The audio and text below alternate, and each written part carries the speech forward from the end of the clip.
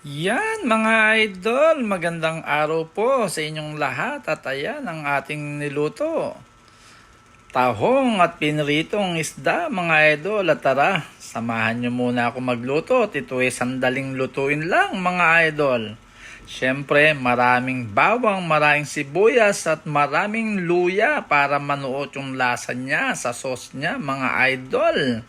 At ayan na po, ang tahong galing pa ng Cavite mga idol at talaga namang napakasarap niyan at matataba at kalahating araw nating binabadyan. Yan pala ang sikreto natin mga idol, lagyan nyo lang ng kaprasong butter mga idol at talaga namang napakalasa ng kanyang sauce at konting sili para may kapit mga idol at ayan, tansyahin lang natin yung sabaw at syempre ang sili mga idol at galing pa yan sa merkado mga idol at ayan na po. Talaga namang konting kulo lang yan at pampalasa siguradong bakbakan na sa lamesa mga idol.